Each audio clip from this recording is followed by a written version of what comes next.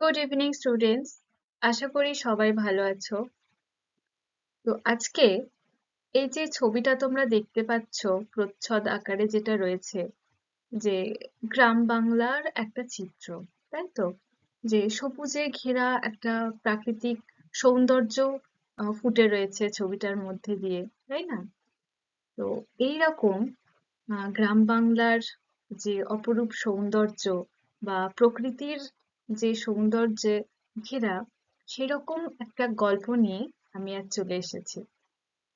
আচ্ছা, তার আগে বলো তো তোমরা, যে কোথাও ধরো তোমরা যাচ্ছ, হঠাৎ কোনো একটা জায়গা দেখে তোমাদের অতীতের কথা মনে পড়ে না? তোমরা তখন যথেষ্ট বড় হয়েছো। তো মনে হয় না যে এই জায়গাটাতে তো আমরা ছোটবেলায় এসেছিলাম। হ্যাঁ, এটা এখন অন্যরকম হয়ে গেছে। বা এই রাস্তাটার পাশে একটা গাছ ছিল, বা এর পাশে একটা মাঠ ছিল। হ্যাঁ, বা এর পাশে একটা বিল্ডিং ছিল। এরকম মনে হয় না? যে এবং দেখবে যে সেই জায়গাটাকে ঘিরে আমার নানান রকমের কথা মনে পড়ে, তাই না? যে এখানে আমরা খেলাধুলা করেছি, বা এখান দিয়ে আমরা গেছি, এরকম ধরনের অনেক স্মৃতিচারণ হয়ে থাকে তোমাদের, হয় না? তো আজকে গল্পটা ঠিক সেই রকম একটা স্মৃতিচারণমূলক গল্প।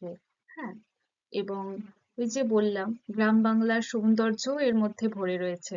হ্যাঁ, তো সে গল্পটি, যেটা তোমাদের প্রথম পাঠের অন্তর্গত, ঔপন্যাসিক বিভূতিভূষণ বন্দ্যোপাধ্যায়ের লেখা ছাবলতলার মাঠ। হ্যাঁ, তো চলো দেখা যাক। তো গল্প সম্পর্কে আলোচনা করার আগে, গল্পটি যিনি লিখেছেন অর্থাৎ বিভূতিভূষণ বন্দ্যোপাধ্যায়, তার সম্পর্কে আমরা আগে জানবো। হুম, তো বিভূতিভূষণ বন্দ্যোপাধ্যায় ছিলেন একজন জনপ্রিয় বাঙালি ঔপন্যাসিক বা কথা সাহিত্যিক, হুম, যার জন্ম হয় 1894 সালের 12ই সেপ্টেম্বর উত্তর চব্বিশ পরগনা জেলার কাঁচরাপাড়ার ঘোষপাড়া মুরাতিপুর গ্রাম। হুম, তার বাবা ছিলেন মহানন্দ বন্দ্যোপাধ্যায় এবং মা ছিলেন মৃণালিনী দেবী। তো বিভূতিভূষণ বন্দ্যোপাধ্যায় আহ, ছোটবেলা থেকে অনেক দারিদ্রতার সঙ্গে বড় হয়েছেন। অর্থাৎ শৈশবকাল এবং কৈশোরকাল তিনি অনেক দারিদ্রতার সঙ্গে জীবন কাটিয়েছেন। হ্যাঁ, এবং কর্মজীবনের ক্ষেত্রেও নানান কাজে তিনি যুক্ত হয়েছেন। বলা যায় যে এক প্রচুর পরিমাণে অভিজ্ঞতা সম্পন্ন এক ব্যক্তিত্ব বিভূতিভূষণ বন্দ্যোপাধ্যায়। এবং তিনি শিক্ষকতাও করেছেন দীর্ঘদিন। কিন্তু তার জনপ্রিয়তা ছড়িয়ে পড়েছে তার সাহিত্যিকের মধ্যে দিয়ে, বা বলা যায় তার লেখা উপন্যাস এবং ছোট গল্পের মধ্যে দিয়ে তিনি তার জনপ্রিয়তা বা খ্যাতি অর্জন করেছেন। হুম, তো তিনি ব ভ ব, এই এটা তার ছদ্মনাম, অর্থাৎ এই ছদ্মনামেই তিনি তার লেখালেখিগুলো করতেন। এবং তার এই সাহিত্য জীবনেই তার আত্মপ্রকাশ ঘটে। উপেক্ষিতা নামক একটা রচনা তিনি লিখেছেন, যেটা 1922 সালে বাংলা 1328 বঙ্গাব্দে প্রবাসী পত্রিকায় প্রকাশিত হয়েছিল। অর্থাৎ উপেক্ষিতা এই রচনার মধ্যে দিয়ে, বা উপেক্ষিতা রচনা প্রকাশের মধ্যে দিয়ে তার সাহিত্য জীবনের আত্মপ্রকাশ ঘটে। হুম, তো তার বিখ্যাত রচনাবলী, অর্থাৎ যেগুলোর জন্য তিনি এত জনপ্রিয়তা অর্জন করেছেন, তথা খ্যাতি অর্জন করেছেন, সেগুলো কিছু কিছু উল্লেখ করব। তো তার উম, বিখ্যাত উপন্যাস যেগুলি, সেগুলোর মধ্যে হলো পথের পাঁচালী, অপরাজিত, আরণ্যক, আদর্শ হিন্দু হোটেল, দুই বাড়ি, ইছামতি প্রভৃতি আরো অনেক উপন্যাস তিনি লিখেছেন। এবং কিশোর পাঠ্যের মধ্যে তিনি যে শুধুমাত্র উপন্যাস বড়দের জন্য ভেবে লিখেছেন সেরকমটাও না। তিনি ছোটদের জন্য অনেক গল্প বা উপন্যাস তিনি লিখেছেন। যেমন চাঁদের পাহাড়, মরণের ডঙ্কা বাজে, হীরামানিক জলে, হ্যাঁ, ইত্যাদি আরো অনেক লিখেছেন তিনি। এবং অনেক গল্প সংকলনও তিনি রচনা করেছেন, যেমন মেঘমল্লার, মৌরি ফুল, কিন্নর দল, তাল নবমী। তাল নবমী তো তোমরা ক্লাস 5-এই পড়েছো। তাল নবমী যা বিভূতিভূষণ বন্দ্যোপাধ্যায়েরই লেখা। এছাড়া বিধু মাস্টার, অসাধারণ, ছায়াছবি, এরকম অজস্র গল্পও তিনি রচনা করেছেন। এবং তিনি যে এই উপন্যাস আর গল্প বা ছোট গল্পের জন্য যে এত খ্যাতি অর্জন করেছেন, এই ছাড়াও মানে উপন্যাস আর গল্প ছাড়াও তিনি বেশ কয়েকটা ভ্রমণ কাহিনী এবং দিনলিপি অর্থাৎ আত্মজীবনীমূলক গ্রন্থও তিনি রচনা করেছেন। যেমন অভিযাত্রিক, স্মৃতির রেখা, এটা তার আত্মজীবনীমূলক গ্রন্থ। এছাড়া তৃণাঙ্কুর, বনে পাহাড়ে, হে অরণ্য কথা দাও প্রভৃতি আরো অনেক ভ্রমণ কাহিনী বা আত্মজীবনীমূলক গ্রন্থ তিনি লিখেছেন। তো তার এই গোটা সাহিত্য জীবন বা তার যে এই উপন্যাস, গল্প এগুলো লেখা, এই গল্পের মূলে ছিল তার এই প্রকৃতির প্রতি একটা মুগ্ধতা, পল্লী প্রকৃতি বা গ্রাম বাংলার প্রকৃতির প্রতি তার যে মুগ্ধতা কাজ করত, সেগুলি তার লেখার মধ্যে দিয়ে বা লেখনীর মধ্যে দিয়ে ফুটে উঠত। এবং শুধুমাত্র গ্রাম বাংলার প্রকৃতিই নয়, গ্রাম বাংলার যে মানুষের, সাধারণ মানুষের দুঃখ, দারিদ্র্য এবং সেই মানুষদের মনের আশা, আকাঙ্ক্ষা, ইচ্ছা, এগুলোকেও তিনি খুব জীবন্ত রূপ দিয়েছেন তার লেখনীর মধ্যে দিয়ে।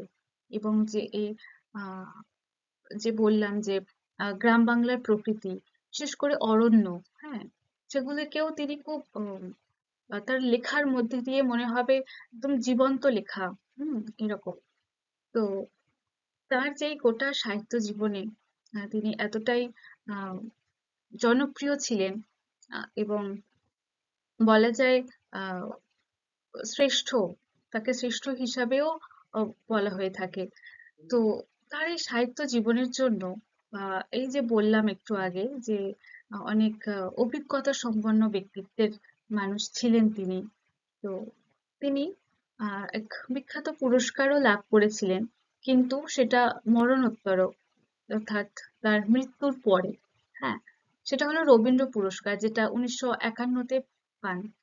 এবং এছাড়াও সম্মাননা হিসাবে বলা যায় তার তার জন্মস্থান যেখানে উত্তর চব্বিশ পরগনার, সেখানকার যে বন্যপ্রাণী অভয়ারণ্য ছিল, সম্মাননা হিসাবে তার নাম অনুযায়ী, তার নামের সম্মানার্থে সেই বন্যপ্রাণী অভয়ারণ্যের নাম রাখা হয়েছিল, যে বিভূতিভূষণ বন্যপ্রাণী অভয়ারণ্য।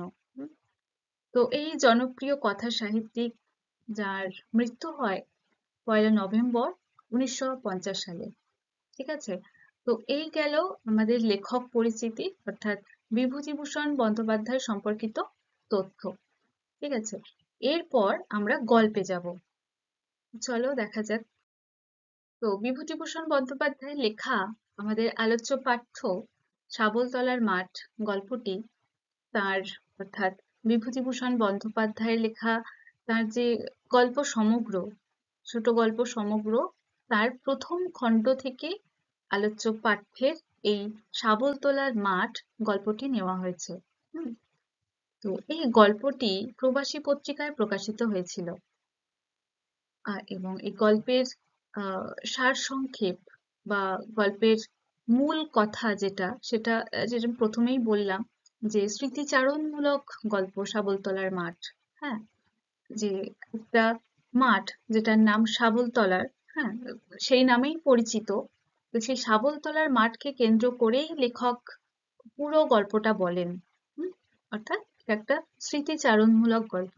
এবং সেই স্মৃতিচারণের পাশাপাশি তিনি যেমন প্রকৃতি প্রেমী মানুষ বা পল্লী প্রকৃতির মধ্যে তার যে মুগ্ধতা কাজ করে সবসময়, সেই প্রকৃতির অপরূপ সৌন্দর্য এই গল্পটির মধ্যে ফুটে উঠেছে। তো চলো গল্পটা পড়ে দেখা যাক। তো গল্পটি শুরু হচ্ছে এরকম বলে যে, অনেকদিন পরে শাবলতলার মাঠ দেখলাম সেদিন। অর্থাৎ লেখক গল্পটা শুরু করছেন তার স্মৃতিচারণের মধ্যে দিয়েই। দেখো, সেটা শাবলতলার মাঠকে কেন্দ্র করে সেটা থেকেই তিনি শুরু করছেন, যে অনেকদিন পরে শাবলতলার মাঠ দেখলাম সেদিন আমার পিসিমার বাড়ির দেশে। তো সেই শাবলতলার মাঠটা কোন দিকে বা কোথায়?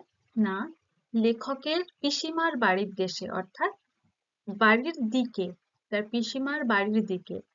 আহ দেখবে এরকমটা বলা হয়ে থাকে যে আমরা সাধারণত কোথাও কোনো শহরে থাকলে বলা হয় যে গ্রামের বাড়ি কোথায় সেটা না জিজ্ঞেস করে অনেকে বলে থাকে যে দেশের বাড়ি কোথায়, তাই না? তো সেই দেশ বলতে সেই তার বাসস্থান, অর্থাৎ সেই কোন গ্রামে থাকেন সেইটার কথাই উল্লেখ করা হয় কিন্তু। হুম। তো লেখকও সেরকমই বলছেন যে গল্পে উল্লিখিত এই শাবলতলার মাঠ যেটা তিনি দেখেছেন সেটা তার পিসিমার বাড়ির দিকে। তারপর ছেলেবেলায় যখন পিসিমার বাড়ি থেকে দুর্গাপুর উচ্চ প্রাইমারি পাঠশালায় পড়তাম, সে আজ 25-30 বছর আগের কথা।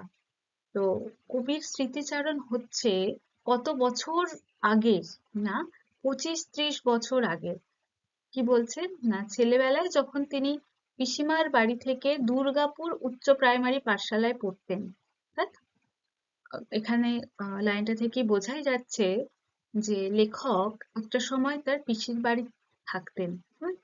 এবং সেখানকার অনেক স্মৃতি তার রয়েছে। হ্যাঁ, তো কি বলছেন না তিনি পিসিমার বাড়িতেই থাকতেন এবং সেখান থেকে দুর্গাপুর উচ্চ প্রাইমারি পাঠশালায় তিনি পড়তেন। তারপর পিসিমা মারা যাওয়াতে সে গ্রামে আর যায়নি কখনো। যে গ্রামটাতে তিনি সবকিছু চেনেন, যেখানে তিনি থাকতেন একটা সময়, সেখান থেকে তিনি পাঠশালায়ও যেতেন, সেখানে তিনি অনেক দিন হলো সেখানে তিনি যাননি, কারণ যে পিসিমার বাড়িতে থাকতেন সেই পিসিমাই মারা গেছেন। সেজন্যই তার সেই গ্রামের বাড়িতে বা সেই শাবলতলার মাঠ থেকে পিসিমার বাড়িতে সেখানে আর তিনি যাননি কখনো। তারপর সেদিন আবার কার্যোপলক্ষে গরুর গাড়ি চড়ে যেতে যেতে শাবলতলার মাঠ চোখে পড়ল। যে তিনি গল্পটা বলছেন যে সেদিন আবার কার্যোপলক্ষে, এখানে শব্দটা দেখো, কার্যোপলক্ষে, এটাকে ভাঙলে কি হবে? কার্য যুক্ত উপলক্ষে, তাই তো? অর্থাৎ কাজের উপলক্ষে তিনি সেদিন গেছেন। কিসে না, গরুর গাড়ি চড়ে যেতে যেতে শাবলতলার মাঠ চোখে পড়ল। কিভাবে তার স্মৃতিচারণটা হচ্ছে, কিভাবে তার পিসিমার বাড়ির কথা মনে পড়ছে বা শাবলতলার সেই মাঠ মনে পড়ছে? কারণ তার কাজের উপলক্ষে তিনি একদিন গরুর গাড়ি চড়ে সেই পথ দিয়ে যাচ্ছিলেন এবং যেতে যেতে তিনি তার চোখে শাবলতলার মাঠ পড়ল। তারপর কিন্তু মস্ত বড় কি এক কারখানা হচ্ছে সেখানে। এই যে আগে যেমন শাবলতলার মাঠটা ছিল সেরকমটা আর নেই সেখানে। মস্ত বড়, মস্ত মানে কি, যে বিরাট আকার বা বিশাল আকার। তো সেখানে বিশাল আকার একটা কারখানা তৈরি হচ্ছে। তারপর রেল লাইন বসেছে মাঠের ওপর দিয়ে, বড় রেল লাইন। তো লেখক আগে যখন তিনি থাকতেন সেটা তার ছোটবেলা, কারণ এখানে তিনি বলছেন যে উচ্চ প্রাইমারি পাঠশালায় তিনি পড়তে যেতেন, তার মানে কি তার ছোটবেলায়, কৈশোরকাল বলা যায়, হ্যাঁ, বা শৈশবে। তো তিনি সেই ছোট্টবেলায় সেখানে থাকতেন। আর এখন যেটা বলছেন 25-30 বছর আগের কথা, অর্থাৎ তিনি যখন থাকতেন সেখান থেকে সময় 25-30 বছর পার হয়ে গেছে।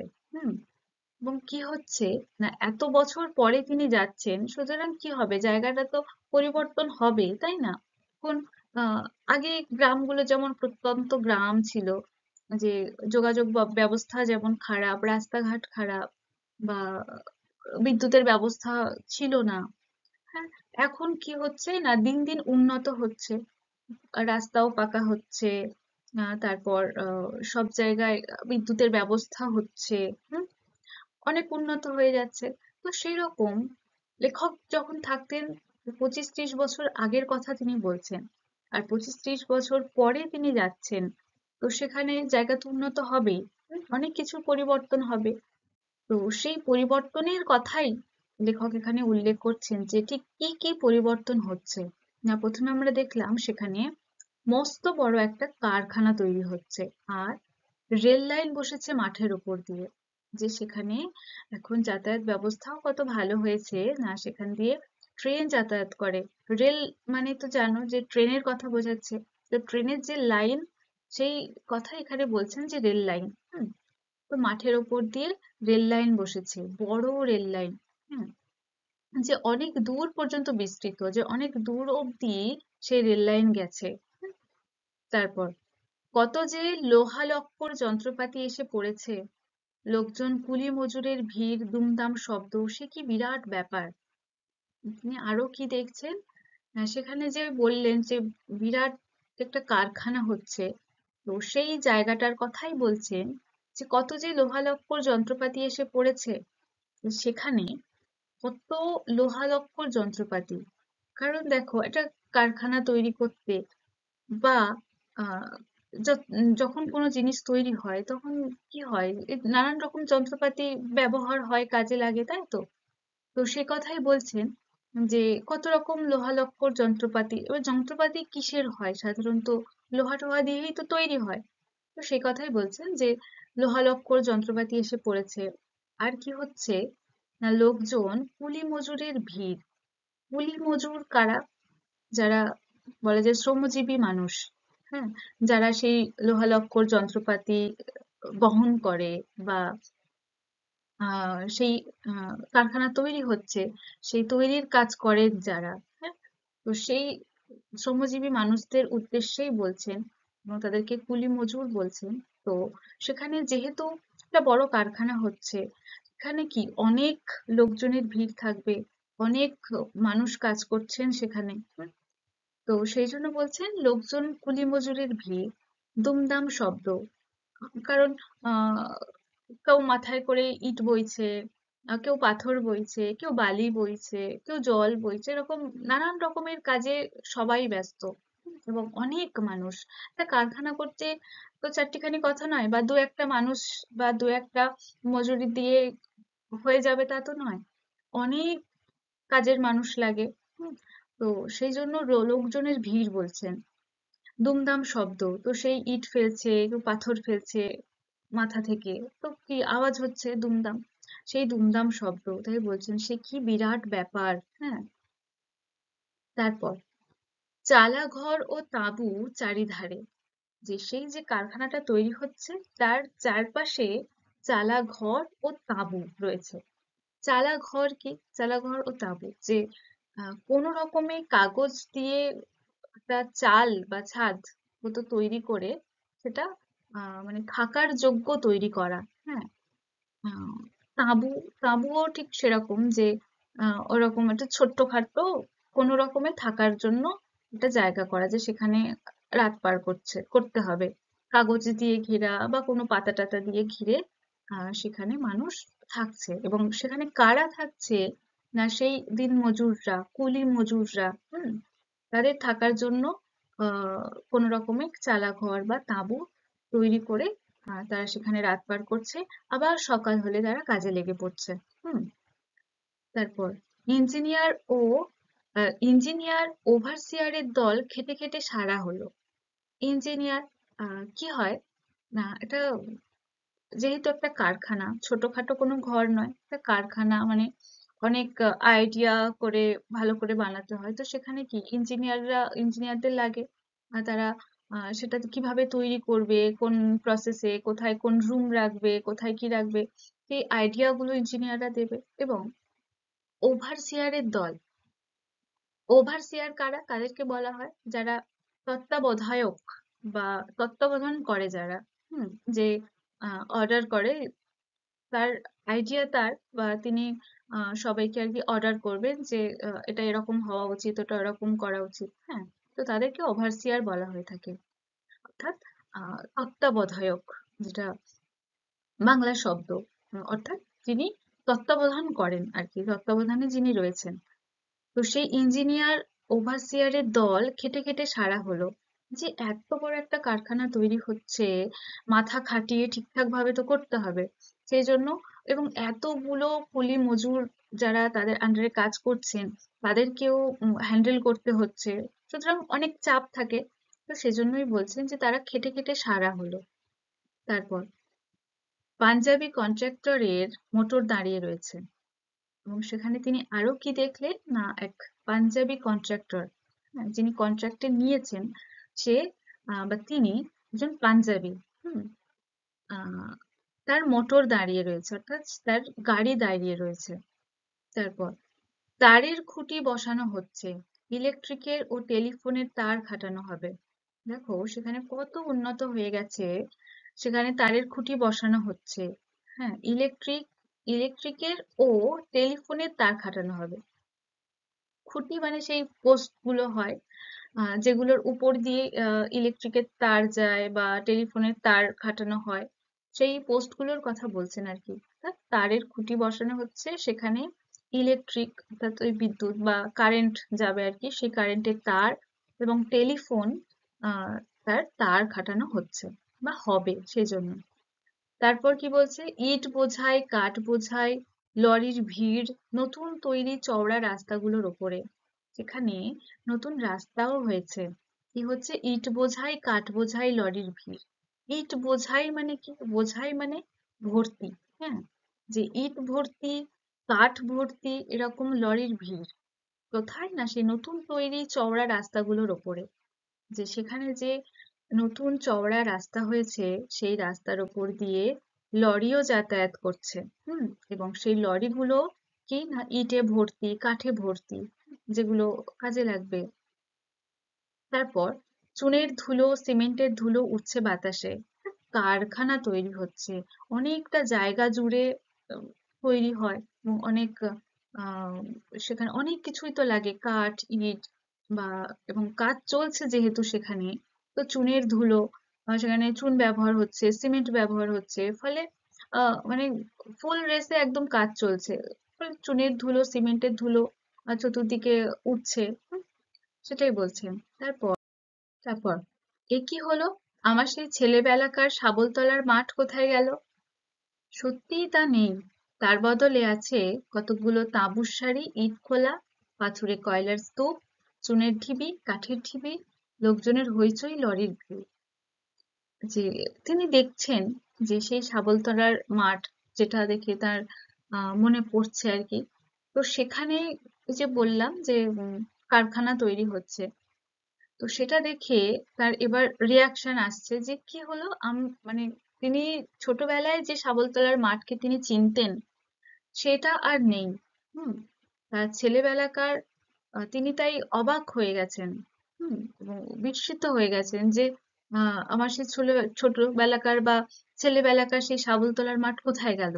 হুম তারপর তিনি বলছেন যে সত্যিই তা নেই, যে সেই শাবলতলার মাঠ, যেটা তিনি ঠিক শৈশবে বা বাল্যকালে তিনি দেখতেন, যেখান থেকে তিনি স্কুলে যেতেন, সেই মাঠ আর নেই।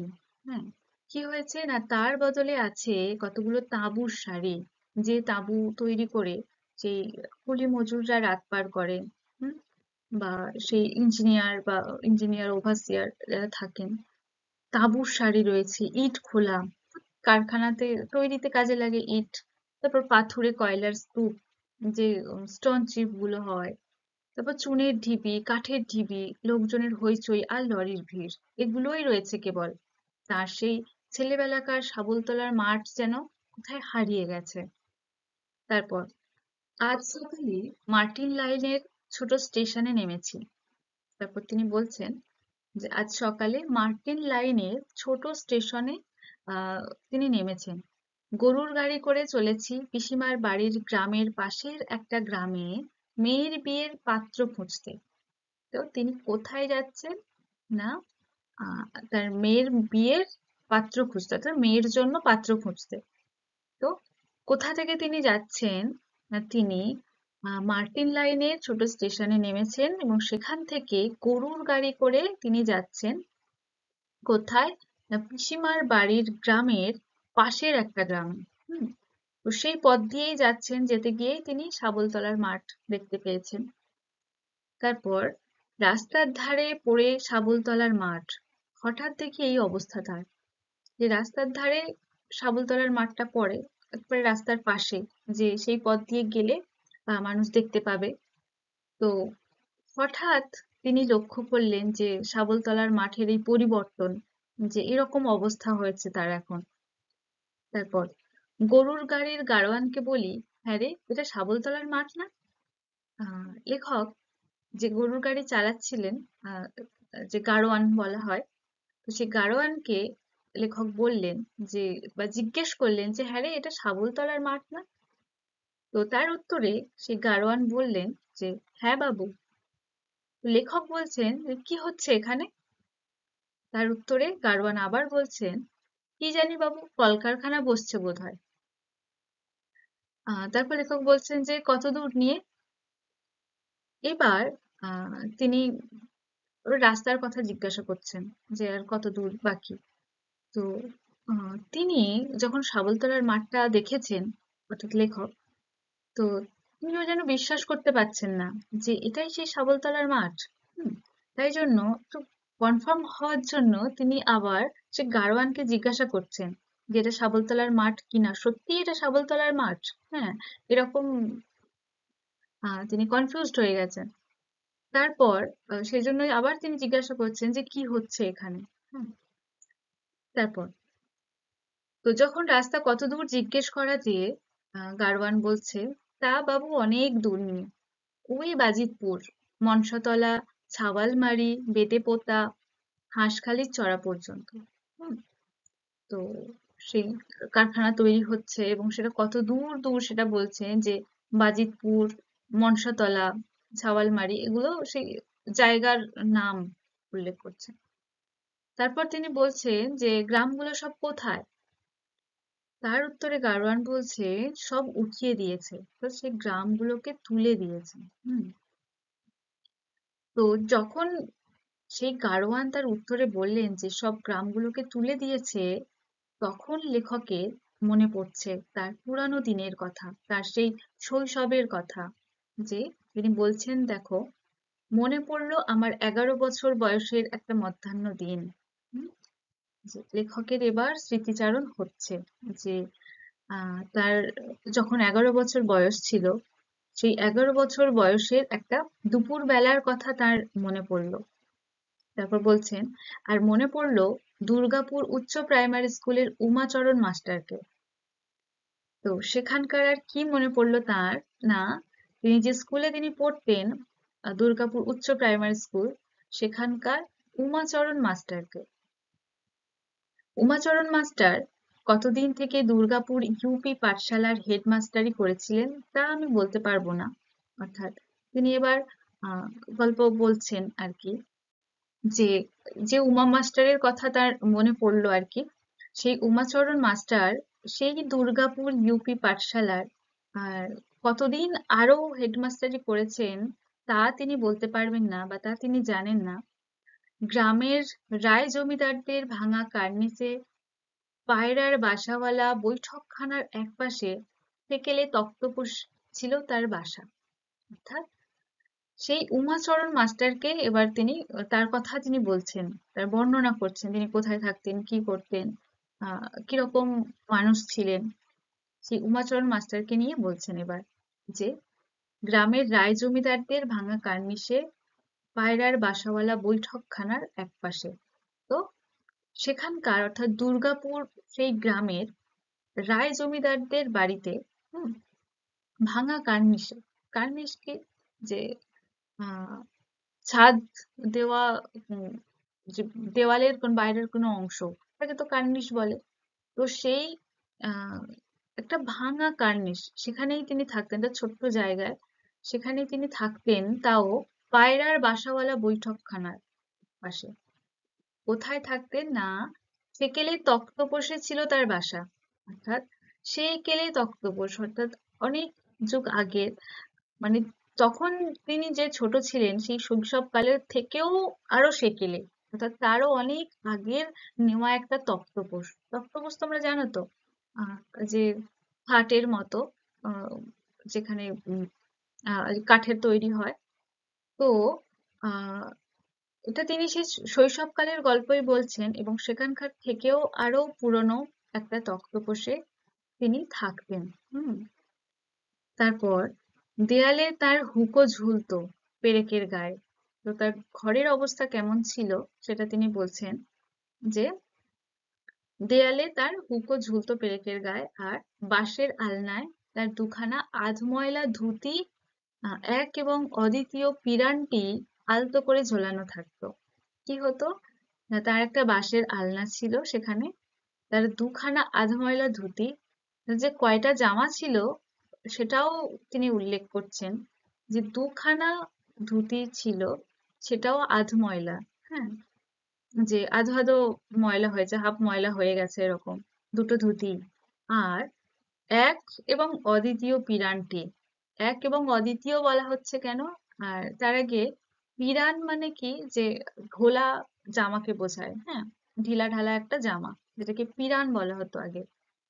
তো সেই পিরানটিকে এক এবং অদ্বিতীয় বলা হচ্ছে কারণ ওই একটাই পিরান তার ছিল, এবং সেটাই সবসময় তিনি পরতেন, সেই জন্যই বলা হচ্ছে এক এবং অদ্বিতীয় পিরান। তো যাই হোক, সেই এক এবং অদ্বিতীয় পিরানটি আলতো করে ঝোলানো থাকতো সেই বাঁশের আলনাতে। হুম।